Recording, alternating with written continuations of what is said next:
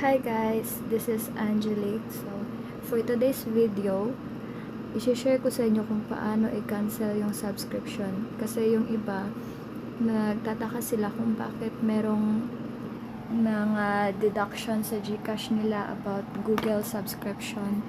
So, malamang sa malamang may subscribe kayo sa Google. So, kailangan nyo yung i-cancel or i-remove. So, ganito lang po ang gagawin ninyo. Punta tayo sa Play Store. And then, click natin itong, di ba merong profile sa itaas. Ayan. Katabi sa notification bell. So, click natin yan.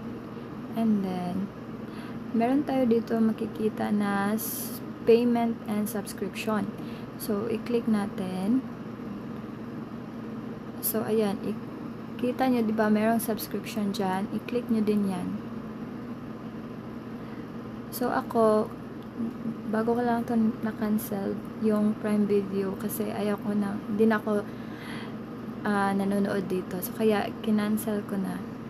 Kasi pag hindi ko yan siya ika-cancel, every month yun siya nagdideduct doon sa GCash ko. Kaya, ganun din ang gagawin ninyo. I-cancel nyo or i-remove nyo para hindi na siya nagdideduct doon sa GCash account ninyo. So, ayun lang. Thank you for watching. Sana nakatulong.